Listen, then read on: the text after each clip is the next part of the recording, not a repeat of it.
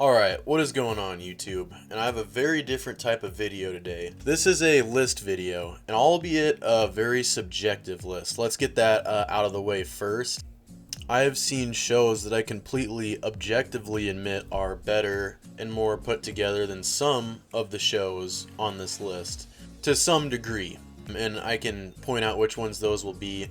You'll probably know which ones those are. But there's aspects of shows that, I just found enjoyable. And there are some shows that, like, some of you may not even consider an anime, and I will explain to you why I consider each of them an anime. And I will also at the end provide a list that excludes these shows that are a controversial topic on whether or not they actually count as an anime. I'll give you like the filtered list all the way at the end. But I got this idea watching Uncle Jay, actually, the dude that does all the poop stories. I watched his cool facts about Disneyland video, and he says in it that doing top 10 videos are a great way to grow your subscriber count. And as it would happen, I like love making lists. It's kind of like how some people like draw in their free time, or like draw when they're bored at a restaurant. I just kind of like think up lists sometimes. So, and anime is like something that's hugely important to me. Obviously, as many people on this channel are subscribed because of an anime edit I have done at one point or another. A lot of people are probably here from the Johann Liebert one. So yeah, I love anime. Chances are, if you disagree with me, I have seen your favorite anime too. So I would love to hear what everyone else's top 10s are, or what they would have in place of some of my choices, and I can like respond with where I rank them in the comments, where that is on my list personally, or yeah, just give my thoughts on it, because I don't really have like a huge community buy-in either on YouTube. Like, I haven't really established a community like a lot of my friends have done with their channels that they're growing.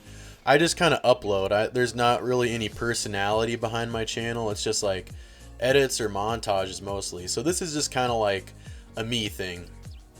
So yeah, with all of that out of the way, we can get into the top 10 now. So coming in at a strong 10, we got Steins Gate.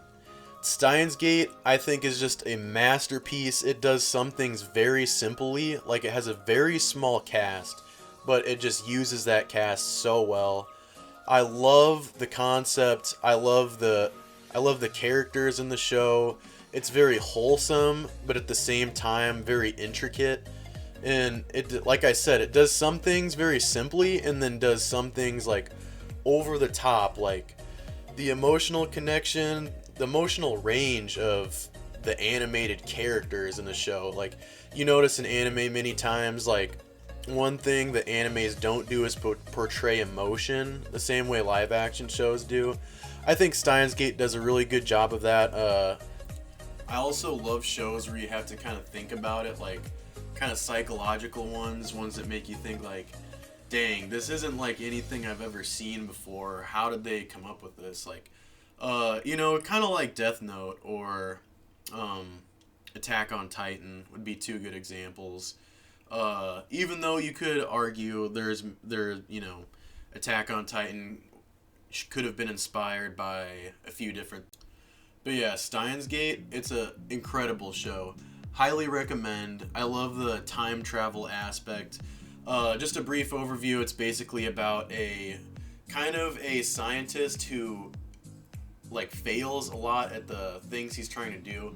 He's trying to crack the code for time travel, and it's just really fun seeing his like simple apartment setup transform into something that takes them on this wild like adventure through time and awakens like different problems that they have to solve.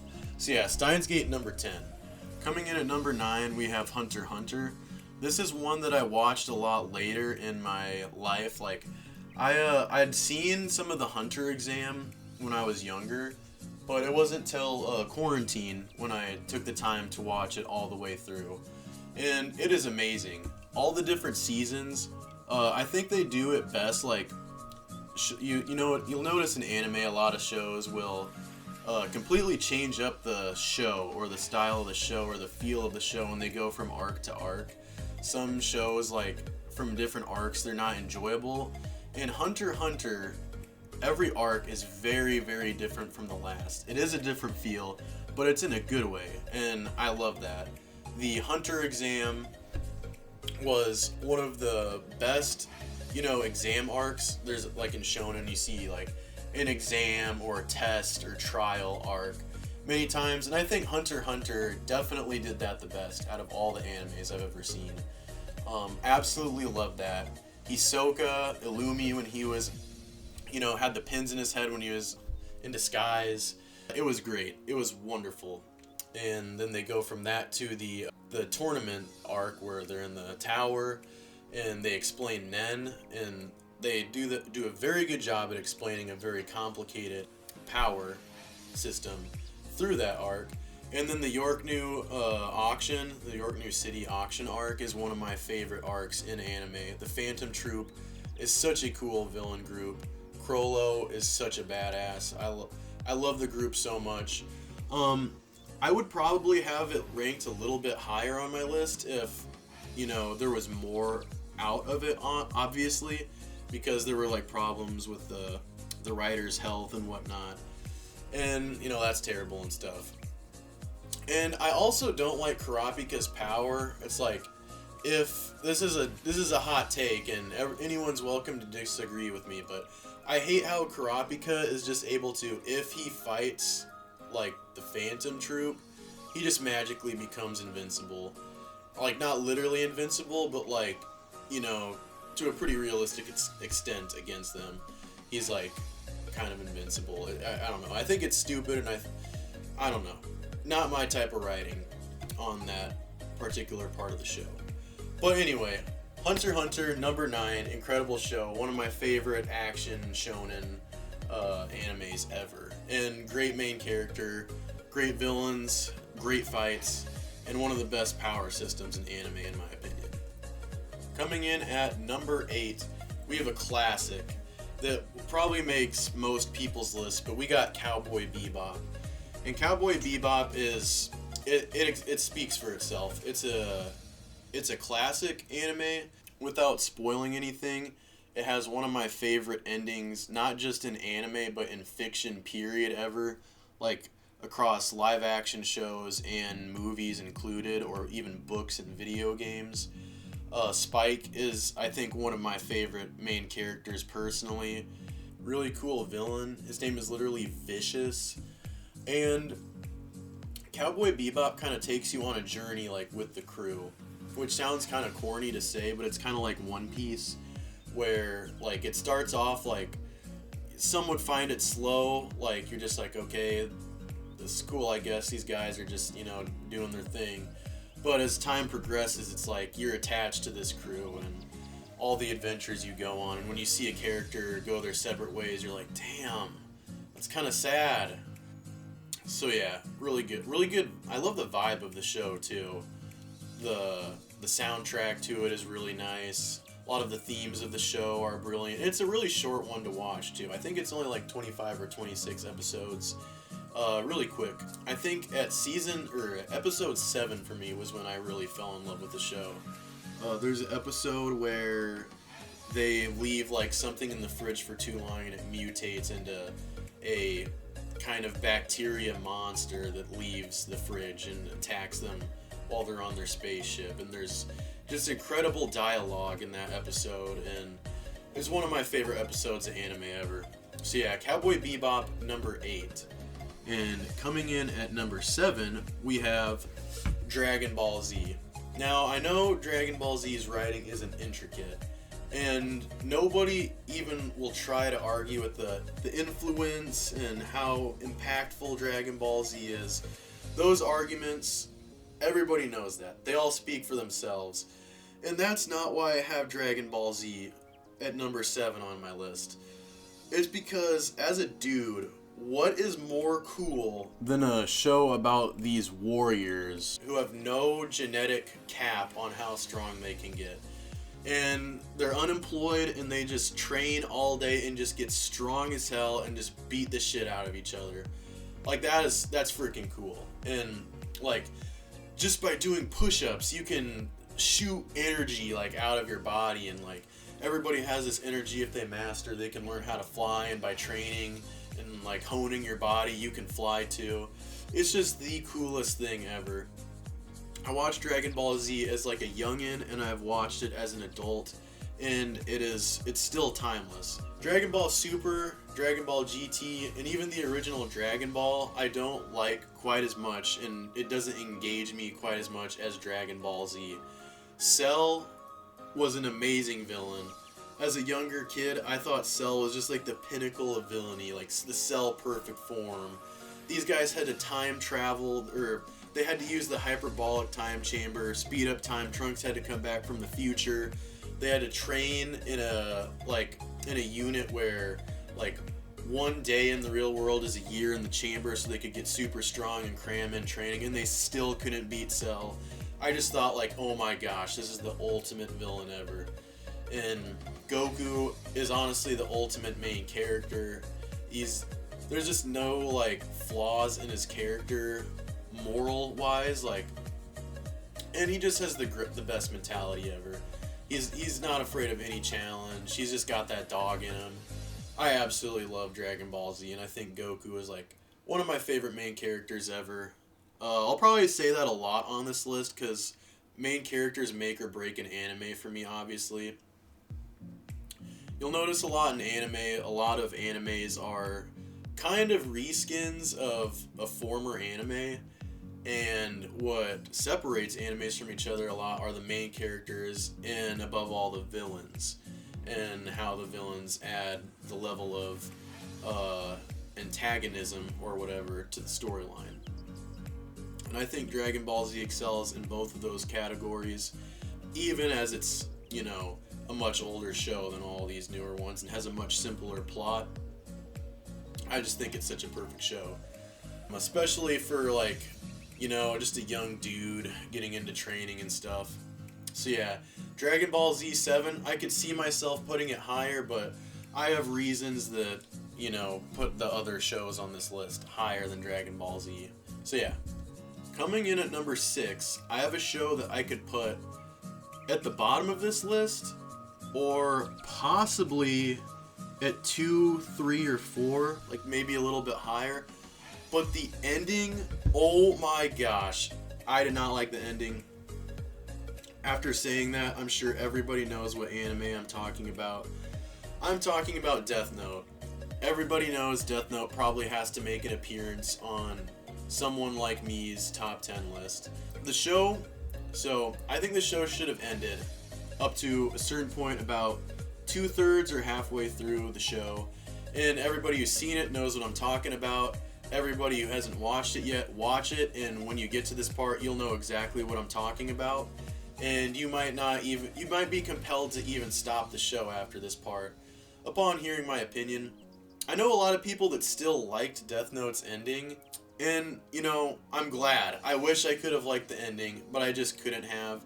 It didn't make as much sense to me. It felt, I don't know, it didn't feel like it fit the nature of Death Note and the kind of theme and, the whole vibe of the show, I guess. Just to me anyway. But Death Note, it does the psychological thriller better than any show out there. And I don't think there's much arguing with that. You obviously can't argue with it. But how brilliant the writer has to be to even think of the things Light was doing in the show. Like all of these, the cat and mouse game he plays with the detectives and everything. It's incredible. It makes you smarter just watching Death Note. I remember I watched Death Note my senior year of high school. Also a late watch for me in my lifetime. And before watching Death Note, I could barely read, simply because I didn't take a lot of time after like 6th or 7th grade to really read in my life, and Yeah, I could obviously read, like, I'm reading this right now, microphone, Yeti, stereo, microphone. I could do that back then, but when it actually came down to, like, reading a book, I would kind of just get lost after a certain amount of time. Like, it would kind of be like an ADHD thing. I couldn't focus anymore.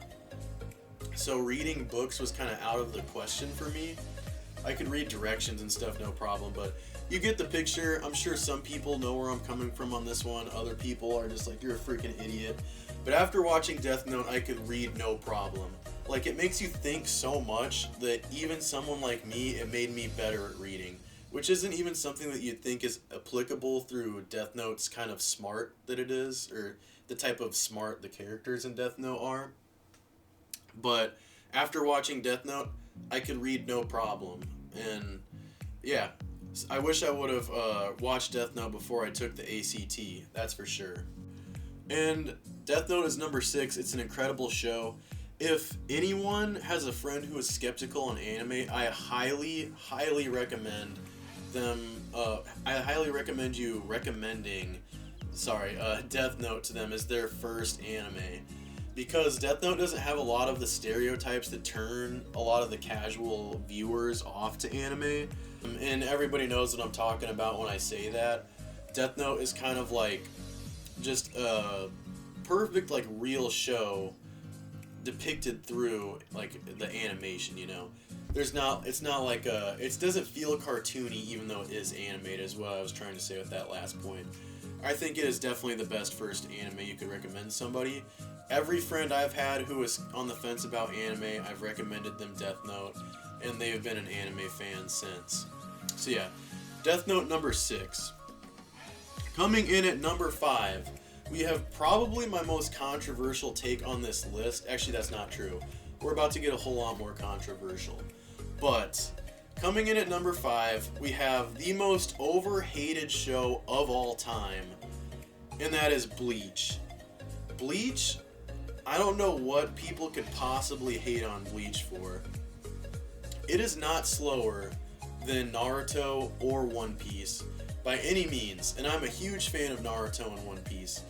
They will be honorable mentions, high honorable mentions, and I even enjoyed Boruto. Boruto had high highs and really low lows, but Bleach, I understand if people don't like the filler arcs on Bleach, but most people who are, like, really into anime won't watch the filler arcs anyway. And I don't understand what there is to not like about Bleach if you don't watch the filler arcs. It has one of the coolest power systems in anime, the spiritual pressure. Swords that literally transform into, like, monsters or superpowers or enhance their bodies. They have, like, all the different forms of the swords, the Bankai, the Shikai. The villains. Bleach has the best villains in anime, and I will die on that hill. I'm not gonna say the villains, in case there's a potential non-Bleach viewer who has seen this and wants to watch Bleach. Because, not everything is always as it seems in Bleach. And it's crazy that something like that, in as action-packed of a show as Bleach is, that there can be more going on beneath the surface. Like, the plot is crazy for a show that kind of carries itself as an action anime. Like, there's an element of psychological thriller to Bleach in certain parts of the show, but the fights are amazing. All of the arcs, I think, are incredible. The rescue arc, the Hueco Mundo arc, all of them, dude. The new ones, the 1,000-Year Blood War arc is great. Even the arc where, okay, how do I say this without giving away any spoilers? The Fullbringer arc, I will say.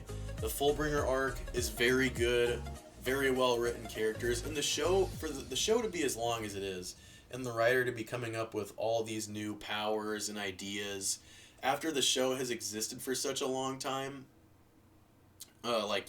He's made content and subject matter already, and he's still coming up with absolute fire. So Bleach is an easy top 5 for me. Like, could be even higher. It hasn't finished yet, the show. I love Bleach so much. There are a few parts that maybe are a little bit slow, but every long shonen has slow stretches. It's called building momentum and stuff. So I don't understand why there is any reason to hate Bleach. Some people say Ichigo is a bland main character, but I think he's cool. He's different. He's like stoic, a little more conserved and stuff, and doesn't like freak out or have ravenous appetite like a lot of other main characters. He's a lot more calm and collected, and I respect that. So yeah, Bleach number 5. Now here's where the list gets a lot more controversial. Coming in at number 4, we have Beyblade. And this one has a big personal bias for me. This is one that I know many people don't count as an anime, and I understand why. But for me, anime is all about the animation style. And you know, anime has a signature animation style with like the big eyes. You know, oftentimes they'll have crazy hair. There's a certain hue to the animation and stuff. Like, you don't watch the Justice League and say anime, but like you can see the similarities between shows like Avatar and Beyblade and Yu-Gi-Oh with the anime animation style. You know what I'm saying? And Beyblade is not necessarily written better than any show I've listed on here, and I can confidently admit that. It's a show that I grew up on, one of my first animes. I absolutely loved it, and it was how like Beyblade was like a real sport in their universe, and it's this toy I had and like collected and stuff, and it was like a sport in their universe. And when I was a kid, like that was damn near a sport too. Like we were meeting up after school and after church and just like playing Beyblade like in the street. It was like bigger than just a show. So with Beyblade, I factor in the time period too, because there is something to be said about that. For a lot of people, that's how Dragon Ball Z is for them, or Naruto, or Pokemon. I know a lot of people would say too. But, you know, the villains, Ryuga, he was so cool. Kyoya was so cool. They had a way of, you know, making dudes playing with metal tops so entertaining in Beyblade. And I still, every once in a while, go back and watch Beyblade, and it's a show that hasn't lost any of its appeal to me as a, 20-year-old, like in my 20s, dude. Obviously, their voices are a little high-pitched and whatever, but it's not one that lost its luster, and it wasn't one where I was like, oh, I should have just left this one in my childhood. It's a great show, and I haven't watched any of the new Beyblade Burst stuff, but I think Metal Fusion, I think, was the first one, or Metal Fury, one of the two was the first one, all the way up to Shogun Steel. All of that was pretty great. I love how they brought in, like, the world ending, and it's these dudes it's just a metal top, like, is bringing about the end of the world. And in the show, they have it canon where Moses parts the Red Sea with a Beyblade. I'm sure everybody's seen that meme. I think that's so cool, and younger me thought it was even cooler. So Beyblade gets a secure spot at number 4 for me. It's one, I will have a list again at the end. If you don't count Beyblade, I will have factored in the readjusted list for, those people. So yeah, number 3 is Yu-Gi-Oh! I'm pretty sure even if most people can admit Yu-Gi-Oh's an anime, even if we can say this is for kids, but Yu-Gi-Oh! Has an incredible plot. And I know the show is about a card game, but beyond that, how they factor in the cards into the storyline of the show and the lore is incredible. In Yu-Gi-Oh! The original one, it was ancient Egypt, and they were summoning magical monsters with stone tablets, and over time the game evolved into a card game, but with the same stakes in different scenarios, bringing the power of the dueling monsters out with the Millennium objects. And then in Yu-Gi-Oh! GX, they literally go to a boarding school for the card game, and there's so many cool villains in GX. Jaden is my favorite Yu-Gi-Oh! Main character. Yu-Gi-Oh! 5Ds was a little bit weirder for me, but it's still, the villains were cool. Like the signers were really cool, and the people that were like duelists from the future that came back in the last season were really cool. Yu-Gi-Oh! Zexal, oh my goodness, the best 2 opening themes in anime.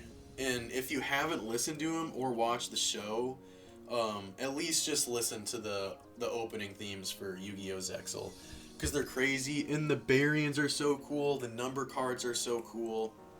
Again, the real life application with Yu-Gi-Oh! Is awesome, because like the trading cards, they're using the cards I have in real life on the show and like fighting each other with them. I think that's so cool. And Yu-Gi-Oh! Is one where it's still like somewhat of a hobby of mine to collect the cards, so I think that's dope. And then I haven't watched V-Rains or the other newer Yu-Gi-Ohs after Arc 5, but Arc 5 was doing the whole multiverse like trope before any of the other shows were, before the Spider-Verse, before Marvel, and they did it brilliantly. I think that a lot of shows now kind of steal Arc 5's thunder, and they did it like very, very well too. It was very entertaining. If you don't understand how Yu-Gi-Oh! Works, I can understand disliking Yu-Gi-Oh! But if how the game plays out comes really naturally to the viewer, I think Yu-Gi-Oh! Is just, all the seasons are an incredible like watch, start to finish, 10 out of 10, all of them. Except obviously the ones I haven't seen yet, which are the newer ones that came out like while I was an adult. But yeah, Yu-Gi-Oh! Number 3, easily. I could even put it a little higher, but number 2 is going to go to Avatar. And if you want to lob Korra into that universe, I would still consider Korra, the whole franchise, number 2 on the list. If you said no, Korra's its own series, I would probably put Korra a little down towards Hunter x Hunter and Steins Gate, or Cowboy Bebop. In that range is where I'd probably put Korra. But everybody's got to watch Avatar. Avatar speaks for itself. It's a amazing universe. The elements are so cool. Zuko's character development, I think, is the best development in fiction, and I'm sure a lot of people would agree with me on that. I was just completely invested in Zuko's character as a boy, and even rewatching it as a young man. He's such a relatable character to me personally, and there's just very powerful moments in the show. Again, I think most people have Avatar on their all-time top list as an adult, as a child. It's just whether or not you count Avatar as an anime. I know there's a lot of people that don't do that, because I'm not sure whether if Avatar had its own manga or not, and a lot of people factor that into their reasoning on why they don't think Avatar is a real anime or not. But for me, I do, because the animation style, I think it looks like an anime. It's a cartoon, so therefore I just kind of call it an anime. It's definitely my number 2, and the episode where Zuko is on the island, on Vacation Island with Zula and May and Ty Lee, that episode, the episode where Aang is having trouble sleeping, the episode where they go to the play in the Fire Nation, and then obviously Aang versus Fire Lord Ozai. Those are also 4 of some of my favorite episodes of anime, or of just TV, period. So, Avatar easily takes number 2. I can see this video is running very long, and glazing warning, because this next one, since it hasn't popped up on the list already, I'm sure everybody already knows what's coming. Number 1 is obviously Attack on Titan. It is not only my favorite anime, but also my favorite show ever, and my favorite piece of fiction ever. There's a character for everybody in Attack on Titan. There's a personality trait that is depicted by a character in the show that like everybody can relate to at least one. It is great action. It is the best plot out of any show or movie I've ever seen. It has real life, messages and like application and stuff. The animation is incredible, especially in the first 3 seasons. It's so sharp and so clear and so vivid. The voice acting is great in both of them. The best dialogues, the best parallels, the best like anticipation and building sequences, and the most powerful scenes. They all go to Attack on Titan, in my opinion. And without spoiling it, I'm sure most people have seen Attack on Titan, because Attack on Titan is, you know, a show revered by people that don't even watch anime. I know a lot of people that don't watch anime a whole lot as a whole, but they have seen Attack on Titan and Death Note. Because there's a lot of, like, you know, anime stereotypes that Attack on Titan and Death Note don't do. They're very unique. Attack on Titan, you could definitely say the characters draw inspiration from other pieces throughout fiction, but I think they do it the best, to be honest, even if there is inspiration drawn from previous stories. And so yeah, Attack on Titan is a resounding number 1 on my list. Highly recommend it. I would be remiss if anybody viewing this video, or anybody who has access to like a phone or a computer or a TV, if they didn't watch Attack on Titan in their lifetime. It is heartbreaking to even think about that there's some people who have died before they can see Attack on Titan all the way through. So yeah, Attack on Titan number 1. Now, if we take out the shows that are controversial picks and people don't consider them to be animes, that would be removing Avatar, that would be removing, I guess we'll say Yu-Gi-Oh! As well, and Beyblade. Then Bleach is number 2, Death Note is 3, Dragon Ball Z is 4, Cowboy Bebop is 5, Hunter x Hunter is 6, Steins Gate is 7, One Piece is 8, Tokyo Ghoul is 9, and then Pokemon would be, if you consider Pokemon anime, Pokemon would be 10, and if not, then Seven Deadly Sins would be number 10, because I personally really enjoyed Seven Deadly Sins. And the other ones on that list, Tokyo Ghoul is a really quick, really compacted, and well done show. So easy to binge watch, great animation, great characters, and really cool, like, quick fights as well, I thought.